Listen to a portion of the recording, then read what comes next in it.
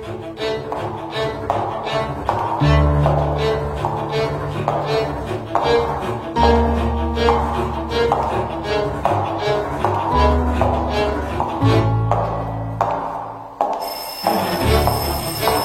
deň. Sadnite si. Volám sa Mária Drazdechová a som vaša nová triedna učiteľka. Teraz budem čítať vaše mená, každý sa vždy postaví a pekne nahlas mi povie, čo robí jeho mamička a otecko.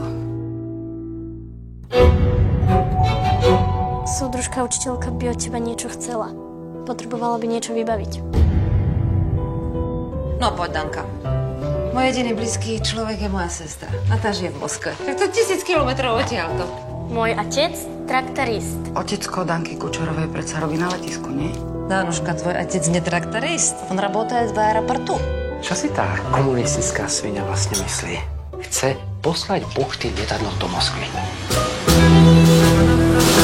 Ty nepoňala zadanie? Jasne som povedal, že nič podobné robiť nebudem. To už je tretia petorčička, Danuška. Neviem, čo bude na vysvedčení. Som veľmi rada, že sme sa dnes zišli na tejto mimoriadnej schôdzi z RPŠ. Toto je možno šanca, ako sa jej zbaviť. Ty vôbec netušíš, čo sa v škole deje.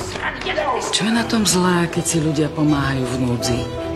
To sa všichni bojíte? Vy sa dúfam k tomu svinstvu nemienite pripojiť. Je tu ešte niekto, kto sa chce sťažovať? Súdružka Drazdechová je predsedkyňa komunistickej strany. Sme predsa ľudia. Musíme si pomáhať, nie? Však viete, veď ja nie som pomstichtivá.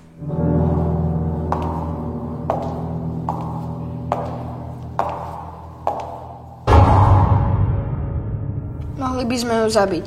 Kvôli mne? Kvôli nám všetkým.